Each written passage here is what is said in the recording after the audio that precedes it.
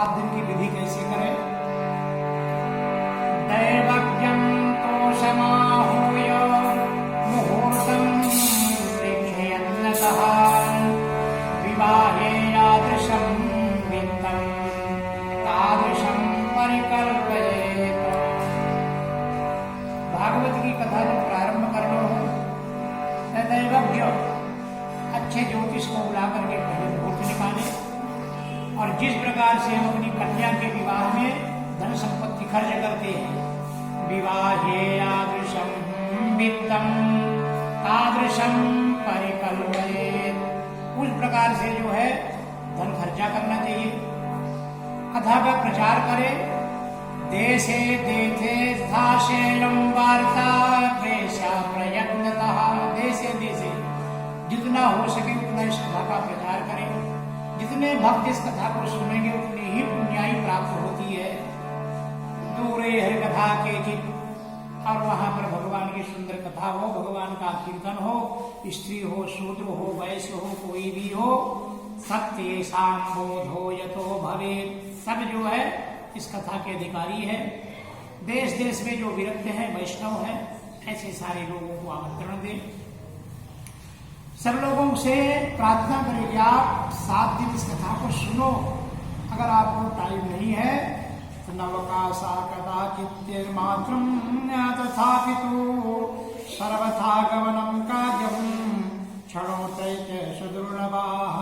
अगर आपको इतना टाइम नहीं है तो एक दिन आकर के कथा श्रवण करो, है ना, एक मुहूर्त, एक घड़ी, है ना। जो भी भगवान की कथा है आप पूरा सुने तो बड़ा अपने भागवतीय समझो, लेकिन एक घड़ी आधी कछु और, तुलसी संगत साधु की कटे कोटि अपराध। अगर एक घड़ी आधी घड़ी भी संगत करते तो दिन भर के पाप, करोड़ों पाप जल के भस्म हो जाते हैं। इसलिए भगवान की कथा अवश्य ही श्रवण करना चाहिए। कथा कहाँ श्रवण करना चाहिए? तीर्थे वापि वने वापि गृहे वा श्रवणं मतम्।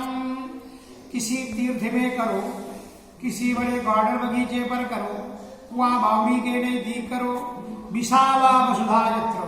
सबसे बड़ा उद्देश्य ये है कि जो जगह बड़ी हो, लोग जहाँ बैठ सके, आराम से आ सके, ऐसी जगहों पर जो है श्रीमद् भागवत की कथा करना चाहिए। और उस जगह को सुंदर सजाना चाहिए। शोधनम मार्जनम भूमि लेपनम धातु मंडनम, उसको शोधन करें, मार्जन करें, लीपे, सुंदर जो है अच्छे ढंग से सजाए, चारों तरफ ध्वज पताका इत्यादि सुशोभित करे, और फिर जो है विघ्न कथा विघ्न न आए इसके लिए भगवान इत्यादि की जो है गणपति का सबका जो स्थापित करे। और कथाकार जो वक्ता है उदंगमुखो भवेद वक्ता श्रोता वही प्रांग मुखस्तता। अगर वक्ता उत्तर मुख के बैठा है तो श्रोता जो है पूर्व मुख करके बैठना चाहिए। अगर वक्ता पूर्व मुख करके बैठा है तो श्रोता को उत्तर मुख करके बैठना चाहिए। और यही कथा का सार है। कथा करने वाला अच्छा आदमी हो, है ना। विरक्तो वैष्णवो विप्रो वेद शास्त्र विशुद्ध, विरक्त हो, लोभी न हो, जिसमें भगवान की भक्ति हो, वेद शास्त्र का ज्ञाता हो, वैष्णव हो, दृष्टांत कुशलो धीरा, धीर पुरुष हो, और जो है दृष्टांत देने में कुशल हो। इस प्रकार से जो जीव फंसा हुआ है, जो स्वयं फंसा हुआ है, अनेक धर्मों के चक्कर में गोते लगा रहा है, ऐसे लोगों से कथा सुन करके क्या फायदा होगा। अनेक धर्म विभ्रांता श्रवणम पाखंडवादिना, जो पाखंडी है, सिर्फ पैसा ही होना है, लोगों को जो है नटबरकर की तरह नचा करके पैसे गोला करना, ये भागवत नहीं है। सुख शास्त्र कथो जारे पंडिता, ऐसे लोगों को तो छोड़ देना चाहिए। भागवत में ही लिखा है इन लोगों की कथा किसी काम की नहीं है, जो अनेक प्रकार के गोते लगा रहे हैं, अनेक प्रकार के स्वयं फंसे हैं। इसीलिए गीता जी ने लिखा है सर्वधर्मान् परित्यज्य मामेकं शरणं व्रज अहं त्वां सर्वपापेभ्यो मोक्षयिष्यामि मा शुचा। जो भगवान का अनन्य भक्त है, जो अनेक प्रकार की सुलझन में नहीं पता है, अरे परमात्मा जीव माने देव तो अनेक है, ईश्वर एक है, ईश्वर में जिसकी एक निष्ठा है, इस प्रकार से जो है सुंदर कथा कराना चाहिए। और कथा के नियम है कि अरुणोदय सूर्योदय जब होता है उसके बाद कथा का पारायण मध्य स्वर से शुरू हो और फिर जो है 1 घड़ी का जो है विश्राम, दोपहर विश्राम हो, फिर शाम सूर्यास्त तक भगवान की कथा चले। इस प्रकार से कथा विघ्न वितारो गजनाथम प्रपूजेत, और कथा में कोई विघ्न नाय से गणेश भगवान को स्थापित करे। भगवान को जो है पितृ संताप शुद्धतम प्राश्चितम समाचरेत, अपने जो है प्राश्चित ले, जो हमने कायिक वाचिक मानसिक पिता पिता भुक्ता भुक्त, जो जीवन में जिस जीव से जो पाप हुआ है, तो भगवान के सामने प्राश्चितम समाचरेत, प्राश्चित तो करना चाहिए। अगर मैं कुछ लोग मन से पाप, कायिक यानी शरीर से पाप होता, वाचिक यानी वाणी से पाप होता, शरीर से जीव हिंसा होती, कथा सुनने को है लेकिन जीव हिंसा होती, वाचिक यानी हम तो किसी को बोलते नहीं, उल्टा सीधा गाली दिए दुखाते हैं, ये मन का पाप है। वाचिक मान वाणी का पाप है, मन का पाप मन में कुछ भी विचार करते, ये सारे जो है ये सब जो है इस प्रकार के जो है पाप होते हैं। इसलिए जो है ना नित्यम मंडलम तत्राभ्यो हरिष्ठता, प्राश्चित ये सब करने के प्राश्चित संकल्प ले, प्राश्चित संकल्प के बाद भगवान को मंडल बनाए और मंडल बना करके भगवान को स्थापित करे और भगवान से प्रार्थना करे, संसार सागरे मग्नो दीनम मां करुणानिधे कर्मोहं गृहीतांगम मामुद्धर भवार्णवातो। हे प्रभु, हम तो संसार सागर में फंसे हुए जीव है, हे करुणानिधि, आप जो है मामुद्धर, हर भक्तों का उद्धार करने वाले, मेरा भी उद्धार करो। और इस प्रकार से भगवान के सामने प्रार्थना करें। भगवान की भी पूजा श्रीमद् भागवत श्यापी तापूजन प्रयत्न, बाद में भागवत की पोथी का पूजन करें, व्यास का पूजन करें। भागवत ही भगवान है। श्रीमद् भागवतोऽप्याजम प्रत्यक्ष कृष्ण एव ही, भागवत ही भगवान है। भगवतः प्रोक्तम, जो भगवान ने बोले है, तो भगवान ही ये पोथी ही भागवत है। इसलिए इसके सामने, भगवान के सामने कल्पना करें, आप जो सोचोगे, जो सोचकर भगवान में हाथ लगाओगे, पोथी के सामने बैठोगे, कथा श्रवण करोगे, तो मनोरथो मदीयोऽयं सफला सर्वतापय, मनोरथ भगवान पूर्ण करने वाले, तो कल्प वृक्ष है। इस कथा में कोई विघ्न आए, इसलिए श्रीमद् भागवत में पोथी में ऐसा लिखा है, वर्णम पंच विप्राणाम कथा भंग नित्य, 5 ब्राह्मणों का जो है वर्ण करना चाहिए, जिसमें कथा में किसी प्रकार का जो है विघ्न आए। ओम नमो भगवते, जो ब्राह्मण है, ओम नमो भगवते वासुदेवाय इस महामंत्र का जप करें। हो सके ब्राह्मणों का भी बाद में पूजन करें। किसी की निंदा नहीं करना चाहिए, सब चिंता छोड़ करके भगवान की कथा सुने, है ना। कथा चित्त शुद्धमति ही, नहीं तो मन में दूसरे विचार चालू है, शरीर इधर बैठा है, मन कहीं दूसरे ठिकाने भटक रहा है, ऐसी कथा का फल कितना मिलेगा, आप ही विचार करो। इसलिए एकाग्र होकर के भगवान का जो है कथा श्रवण करें, मलमूत्र बार बार ना जाना पड़े, इसलिए जो है अल्पाहार लेकर के, कथा में तो ऐसा लिखा है मलमूत्रम दयाहि लघवाहारम सुखावः। पहले तो लिखा है कि आप घृत पाना पयापानम, घी पी के जो कथा सुनो, घी खा करके, घी पी करके अगर नहीं रह सकते, दूध पी के कथा सुनो, दूध पी के नहीं रह सकते तो फिर थोड़ा भोजन करो, है ना।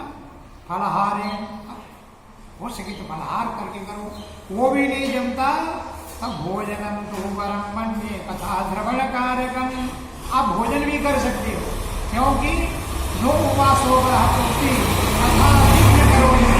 अगर कथा में विघ्न उत्पन्न होता है तो जो है ना, इस प्रकार का उपवास क्या करोगे आप। अगर कथा में विघ्न उत्पन्न हो रहा तो कथा विघ्न करो, यदि तो फिर आप घी पी के मत रहो, दूध पी के मत रहो, फलाहार करके मत रहो, आप भोजन भी कर सकते हो। और नियम पालन चाहिए, भोजन भले करो लेकिन नियम मत छोड़ो, बिना नियम तो कुछ नहीं मिलता है ना। ब्रह्मचर्य वदह सुक्तिम, ब्रह्मचर्य का पालन करो, पत्रावल्याम भोजनम, पत्रावली में भोजन करे, और किसी की निंदा मत नहीं, किसी की भी निंदा नहीं करना चाहिए। वेद वैष्णव विप्राणाम गुरु विप्रवचनाम दधा, है ना। न वेद की निंदा करो, न वैष्णव भक्तों की निंदा करो, न ब्राह्मण की निंदा करो, न गुरु की निंदा करो, न किसी व्रती की निंदा करो, किसी की भी निंदा मत करो। हो सके तो सबकी बढ़ाई करो। सत्यम शौचम दयावानम, सत्य को धारण करो, पवित्रता रहो, दया दिखाओ, कम से कम बोलो। इस प्रकार से जो है भगवान की कथा सुनना चाहिए।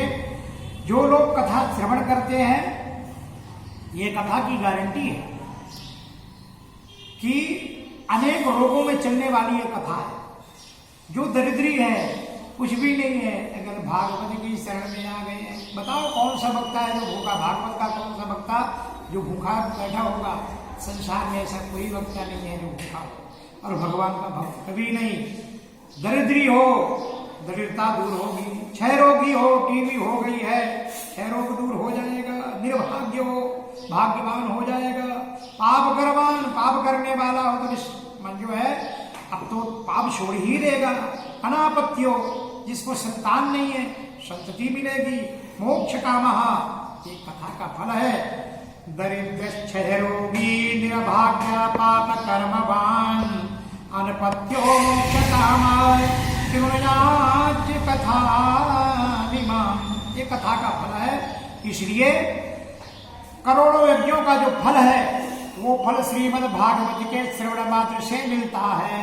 दिव्या कोटि यज्ञ फल प्रदाह, और सप्ताह के बाद फिर बाद में कथा समाप्त हो, पोथी की पूजा करे, व्यास की पूजा करे, जो अपने से हो सके उनको जो है बिना दक्षिणा के जो है यज्ञ नारायण, यज्ञ जो है यज्ञ नारायण की पत्नी का नाम है दक्षिणा। ये जो कथा यज्ञ है, ये बिना दक्षिणा की कभी पूर्ण होती नहीं। इसलिए जो भी कथा श्रवण करे, आप मंदिर में जाओ तो खाली हाथ नहीं जाना चाहिए, गुरु के पास जाओ तो खाली हाथ नहीं जाना चाहिए, कथा सुनने जाओ तो वहां में खाली हाथ नहीं जाना चाहिए। पत्रम पुष्पम फलम तो नहीं कुछ है तो पान फूल तुलसी दल ही भगवान के पास लेकर मिलो। नहीं, खाली जाने से खाली ही जीव को आना पड़ता है। प्रसाद में तुलसी मृदंग आज से भगवान बाद में कीर्तन करे, प्रसाद बांटे, और जय सप्तम नमः सप्तम सख शब्दम करे, शंखों से शब्द करो, भागवत की जय हो, भगवान की जय हो, भगवान नारायण की जय हो, लक्ष्मी नारायण भगवान की जय हो। इस प्रकार से भगवान की जय जयकार करो। और जो अशुद्ध है उनका भोजन तो कभी नहीं करना चाहिए। अंतिम में जो है गीता का पाठ करना चाहिए, गीता का पाठ करे, हवन करे, है ना। विप्रोवाच दिव्यम विद्यमानम तदीयताम, जो हो दक्षिणा दे। विरक्तिश्चे भवेत्, गीता वाचम करे, यानी गीता का पाठ कराए, विष्णु सहस्रनाम का पाठ करे, कम से कम 12 ब्राह्मण को भोजन कराए, और पोथी आसन फिर ये सब जो है अंतिम विधान भोजन कराने के बाद शक्तोपनन्यतम स्वर्ण सिंहम विधाय च, सोने के सिंहासन में अपने पास अगर भगवान दिया है तो सिंहासन में भगवान को बिठा करके स्वर्ण सिंहासन के साथ पोथी दान करना चाहिए। गोपाल कृष्ण भगवान की जय। वस्त्र भूषण पाद्य पूजिताय ने ये सारी वस्तु का वर्णन किया कि वस्त्र भूषण ये सब दान करे। भागवत 4 पुरुषार्थ को देने वाली है, धर्म अर्थ काम मोक्ष, चारों पुरुषार्थ को देने वाली कथा। भागवत धन्य है और हम सब धन्य है। हमेशा जो है भगवान की सर्व पाप हरो हरि, ये हर प्रकार के पापों को हरण करने वाली ये भागवत है। इसलिए श्रवणम सर्वधर्मेभ्यो वरम मन्ये तपोधना, कथा के लिए सब अधिकारी है, कोई भी वर्ण हो, ब्राह्मण हो, क्षत्रिय हो, वैश्य हो, शूद्र है। वैसे तो यहाँ बहुत वर्णों में जीव बटा हुआ है ना।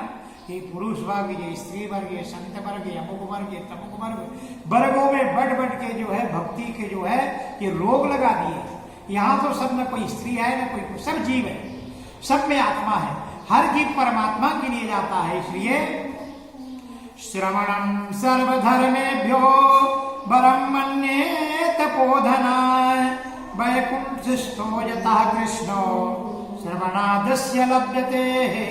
सबको फल मिलेगा भगवान की ये जो कथा है, इस कथा को जो रस है वो सिर्फ मृत्युलोक में है, ये कथा कहीं भी नहीं है। अगर आप बीमार हो तो जहां डॉक्टर है वही जो है दवाई ले लो। अगर ऐसे जगह में चले जाओगे जहां जंगल ही जंगल, कोई डॉक्टर नहीं, वैद्य नहीं, तो वहां कैसे विषक चिकित्सा, अच्छे चिकित्सक से दवाई लो। ये भाव सागर है, भाव रोग लगा हुआ है, भाव रोग की औषधि है भगवान का नाम, भगवान की कथा। अगर ये ले लिए तो रोग, भाव सागर जो भाव रोग लगा है उस रोग से जीव मुक्त हो जाएगा। इसलिए ये जो कथा है, ये जो औषधि है, कहीं भी नहीं है। स्वर्गे सत्ये च कैलासे वैकुंठे नास्ते त्रसा। ये रस न वैकुंठ में है, न कैलाश में है, न स्वर्ग में है। अरे ये रस और ये कथा तो सिर्फ इस मृत्युलोक में है। बताओ हम कितने धन्य हैं कि मानव शरीर मिल गया, और मानव शरीर मिलने से अगर कथा भी नहीं सुने तो क्या मानव शरीर की क्या महिमा है ना। अरे मानव शरीर किसके लिए मिला है?